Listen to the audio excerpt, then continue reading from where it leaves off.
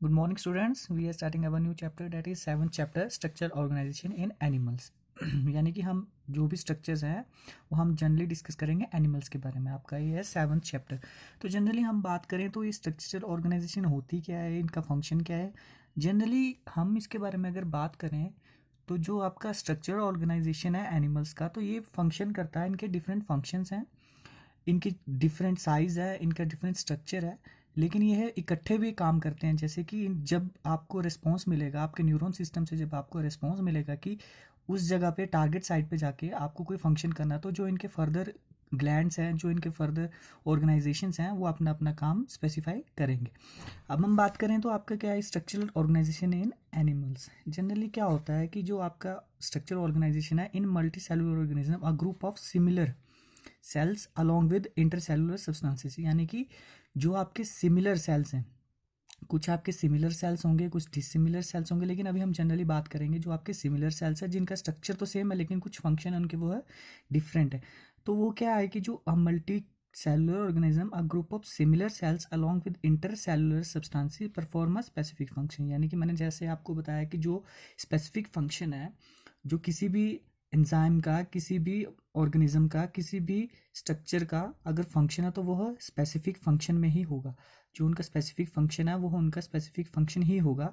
वो पर्टिकुलरली एक ही फंक्शन करेंगे. जो दूसरा फंक्शन है वो भी करेंगे, तो जो आपके स्ट्रक्चर हैं वही करेंगे, लेकिन वह अलग होंगे थोड़ा उनसे. जो उनका स्ट्रक्चर भी अलग होगा थोड़ा सा, और जो उनका फंक्शन है वो भी थोड़ा सा चेंज होगा. सच ऑर्गेनिजम्स कॉल्ड टिश्यू. जैसे कि आपको पता है कि ग्रुप ऑफ सेल कंबाइन करके टिश्यू सेल बनता है. तो जनरली हम बात करेंगे जो आपके एनिमल टिश्यूज़ हैं. एनिमल टिश्यूज़ को हमने फर्दर डिवाइड किया है, 4 इसके जो सब ग्रुप्स हैं उनके डिपेंडेंट करके हमने उनको डिवाइड किया है. तो जो सबसे पहले एनिमल टिश्यू है उसमें क्या है कि जो आपका एपिथेलियल है सबसे पहले वो आएगा, फिर आपका कनेक्टिव टिश्यू है, फिर मस्कुलर टिश्यू है, और जो आपका लास्ट वन है वो है आपका न्यूरल. हम इस चैप्टर में इन 4 के बारे में ही ज़्यादा डिस्कस करेंगे. ये है जो मेन एनिमल टिश्यूज़ हैं, इनके बारे में हम डिस्कस करेंगे. तो अब हम बात करते हैं कि एनिमल टिश्यूज़ किस लिए होता है, इनका फंक्शंस क्या है, इनका साइज़ क्या है, इनका स्ट्रक्चर क्या है. तो जो सबसे पहले अभी हमने बात की एपिथेलियल की, तो एपिथेलियल टिश्यू क्या होता है. It is a tissue that provide covering lining for some part of the body. यानी कि जो आपके एपिथेलियल टिश्यूज़ हैं, जो भी आपके एपिथेलियल टिश्यूज़ हैं, इनको फर्दर हमने डिवाइड किया. जो इनके जो वर्क है उनके ऊपर हमने इनको, जो इनका काम है उनके ऊपर हमने इनको डिवाइड किया. जो फर्स्ट है उनका वो सिंपल होगा, सिंपल एपिथेलियल टिश्यूज़ होंगे, और जो सेकंड वन होंगे वो आपके कंपाउंड होंगे. लेकिन अभी हम बात करेंगे तो एपिथेलियल टिश्यू होता क्या है. इट प्रोवाइड कवरिंग और lining for the part of the body. यानी कि जो ये टिश्यू है, जो एपिथेलियल टिश्यू है, ये जनरली कवरिंग प्रोवाइड करता है और लाइनिंग भी प्रोवाइड करता है कुछ आपके बॉडी पार्ट्स को. Cells are compact packed without intercellular space. यानी कि जो इनका इंटरसेलुलर स्पेस है वो नहीं होगा, और ये जनरली कॉम्पैक्ट होंगी. जो सेल्स होंगी वो एक दूसरे के साथ अटैच होंगी. जो इनका बीच का जो साइज होगा, जो बीच का जो स्पेस होगा वह खाली होगा. तो जनरली हम बात करें एपिथेलियल टिश्यूज़ की, तो सबसे पहले हम बात करेंगे तो इनके जो सबसे पहले आएगा वो है आपका सिंपल, और सेकंड वन है वो आपका कंपाउंड. जो एपिथेलियल है इनका तो फंक्शन तो हमको ये पता है कि जो फंक्शन है इनका ये जनरली है इनकी कवरिंग करना और लाइनिंग प्रोवाइड करना एक बॉडी पार्ट को. किसी भी बॉडी पार्ट को ये है कवरिंग भी प्रोवाइड करते हैं एपिथेलियल टिश्यू, और ये लाइनिंग भी प्रोवाइड करते हैं बॉडी पार्ट्स को. तो जनरली हम बात करें अब सिंपल की और कंपाउंड की, तो सिंपल में जो है इसको फर्दर सब क्लास किया गया है, स्क्वैश स्क्वैश में किया गया है, और क्यूबॉइडल और कॉलमनर. तो सबसे पहले सिंपल एपिथेलियल की बात कर लें हम. जो आपका सिंपल है, सिंपल एपिथेलियल टिश्यू क्या है कि ये generally composed of single layer of cells. यानी कि यह सिंगल लेयर ऑफ सेल्स से बना होगा. जितने भी आपकी सेल्स होंगी वो सिंगल सेल्स होंगी, वो डबल सेल नहीं होंगी, वो सिंगल सेल होंगी. और जो इनका फंक्शन है वो लाइनिंग प्रोवाइड करना है बॉडी कैविटीज़ को और डक्ट्स को. अब जो हमारा सेकंड वन है वो है हमारा कंपाउंड एपिथेलियल टिश्यू. जो कंपाउंड एपिथेलियल टिश्यू है इट कंसिस्ट ऑफ 2 और more layers of the cells having protective function. यानी कि अभी हम डिफरेंस करें इन दोनों के बीच में, सिंपल और कंपाउंड के बीच में. तो जो सिंपल है वो जनरली बना होता है सिंगल लेयर से. जो आपका सिंपल एपिथेलियल टिश्यू है वो सिंगल लेयर से बना होगा. जो आपका कंपाउंड है वो जनरली 2 और मोर लेयर से कंबाइंड होकर बनेगा. जो इसका फंक्शन है वो है प्रोटेक्टिव फंक्शन है इसका. तो अब हम बात करने जा रहे हैं हमारा जो फर्स्ट है, जो हमारा सिंपल में है. सिंपल के भी फर्दर हमने सब क्लासेस की थी, जो है इनकी स्क्वैश की थी, एपिथेलियल क्यूबॉइडल की थी और कॉलुमिनल की थी हमने. तो जो स्क्वैश इसका एपिथेलियल है वो है made up of single layer flatten cell. यानी कि अभी आपने बात की कि जो सिंपल है इनमें जनरली सिंगल लेयर्स होंगी, जो सेल्स का जो कंबाइंड होकर सेल बनेंगे वो सिंगल लेयर सेल्स होंगी और made up of flattened cells, single flattened cell, यानी कि इनकी जो फ्लैटेंड सेल्स हैं ये फ्लैटेंड होंगी। फ्लैट आपको पता है कि फ्लैट स्ट्रक्चर्ड होगा इनका, जो कि इरेगुलर बाउंड्रीज होंगी, इनकी जो इरेगुलर बाउंड्रीज होंगी present in the lining of the blood cells, यानी कि जो आपका स्कोमस आपका एपिथेलियम है वो जनरली ब्लड वेसल्स की लाइनिंग में प्रेजेंट होगा और air sac of the lung, यानी कि जो आपके एयर सैक हैं जो एलुविलाइज हैं आपके लंग्स में प्रेजेंट हैं वो जनरली इनमें यह स्कोमेश एपिथेलियल प्रेजेंट होगा। ये देख सकते हैं आप यहाँ पे, यह है फ्लैटेंड सेल्स हैं इसकी, ये टूवर्ड्स द डाउन साइड पे ये देख सकते हैं आपके, ये बिल्कुल फ्लैटेंड सेल है। अब दूसरी ओर बात करें हम तो हमारा है क्यूबॉइडल एपिथेलियम, यानी कि it is made up of single एड, ये भी तो सिंगल एड है। जो आपके जितने भी सिंपल में स्क्वैश आएगा, क्यूबॉइडल आएगा और फर्दर जो आपका कॉलुमिनर है ये जनरली सिंगल सेल से ही बने होते हैं, मेड अप ऑफ सिंगल एड cube like cells and found in ducts of the glands, tubular part of the nephron of the kidney, यानी कि आप जो किडनी है जिसमें नेफ्रॉन है उनमें जनरली ये प्रेजेंट जाते हैं और फर्दर जो डक्ट्स हैं आपके ग्लैंड्स के जितने भी डक्ट्स हैं, एंडोक्राइन एक्सोक्राइन जो डक्ट्स हैं उनमें जनरली ये प्रेजेंट होते हैं। तो इनका जो फंक्शन है, जो इनका फंक्शन है, इनका मेजर फंक्शन है help for the absorption and the secretion, यानी कि ये सबसे पहले जो भी आपके फूड में से एब्जॉर्ब करेंगे, जो भी आपकी सेल्स हैं वो एब्जॉर्ब करेंगे, चाहे वो वाटर है चाहे वो फूड है, जो जितने मिनरल्स है वो एब्जॉर्ब करेंगे और उसके बाद वो सिक्रीशन में भी हेल्प करेंगे। तो आप देख सकते हैं यहाँ पे ये नीचे किया गया, हम यहाँ पे ये है क्यूब लाइक सेल्स हैं, हमने बात की थी ये सिंगल लेयर तो हैं, ये तीनों सिंगल लेयर हैं लेकिन ये क्यूब लाइक सेल्स हैं।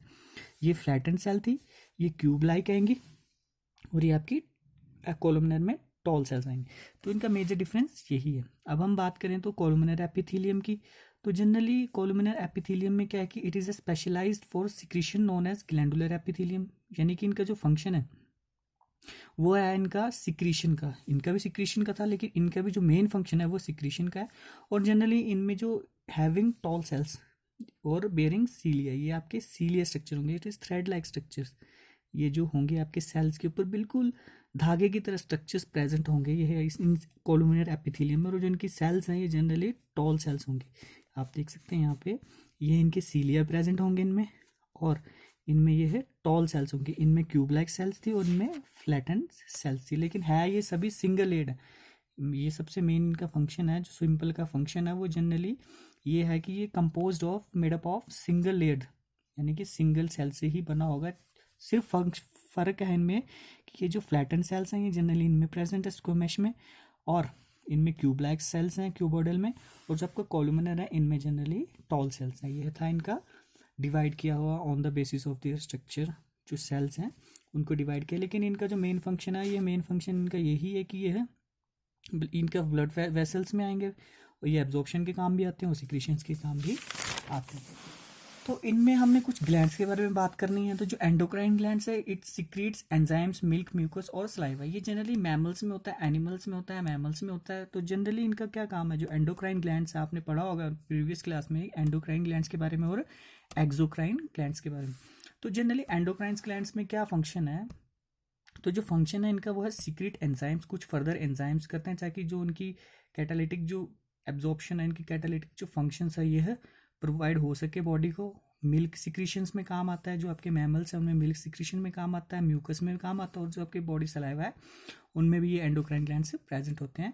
It products their products are release through the ducts, ये जनरली डक्ट्स के थ्रू रिलीज किए जाते हैं। अब बात करते हैं हम एक्सोक्राइन ग्लैंड्स की, तो ये सीक्रेट्स हार्मोन करेंगे, यानी कि अब जो इनका मेन फंक्शन है ये इनका तो डिवाइड किया हुआ है, ये जो फर्दर फंक्शंस एंडोक्राइन के ये इन्होंने फंक्शन करने हैं, लेकिन इनका जो एक्सोक्राइन का फंक्शन है, इनका जो मेजर फंक्शन है, ये जनरली सीक्रेट्स हार्मोन, जितने भी आपके बॉडी में हार्मोन्स हैं, जितने भी बॉडी के हार्मोन्स हैं, चाहे वो किसी भी वर्क में हेल्प कर रहे हैं, तो जनरली यह सीक्रेट करेंगे हार्मोन्स एक्सोक्राइंस। और इनका जो प्रोडक्ट है वो प्रोडक्ट सिर्फ और सिर्फ टारगेट साइट पर ही जाकर मिलेगा, यानी कि जो इनका प्रोडक्ट है वो जाकर रिलीज होगा सिर्फ टारगेट साइट पे with the help of blood vessels और ब्लड, यानी कि जो एक्सोक्राइन है।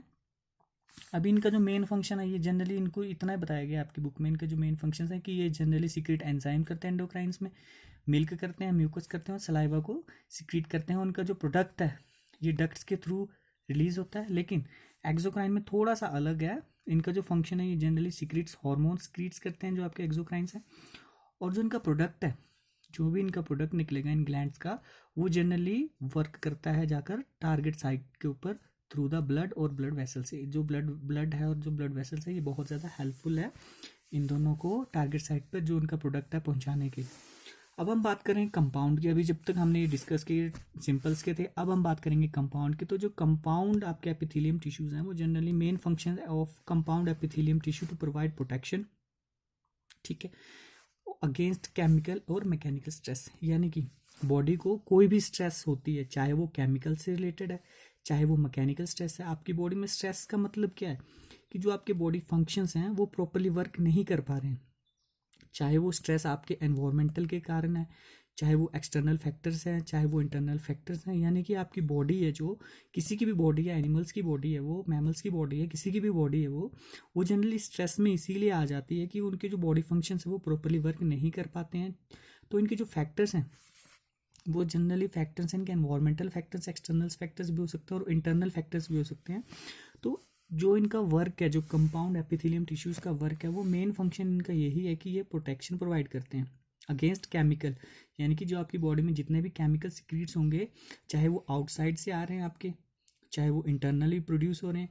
और एक मैकेनिकल स्ट्रेस होती है कि जो आपकी बॉडी को जो डैमेज हो रही है, जो आपके टिश्यूज़ वगैरह को जो डैमेज हो रही है, मैकेनिकल टिश्यूज़ को जो आपकी डैमेज हो रही है, वो जनरली हेल्पफुल करते हैं कंपाउंड टिश्यूज़ एपिथेलियम टिश्यूज़ उनको प्रोटेक्ट करने में।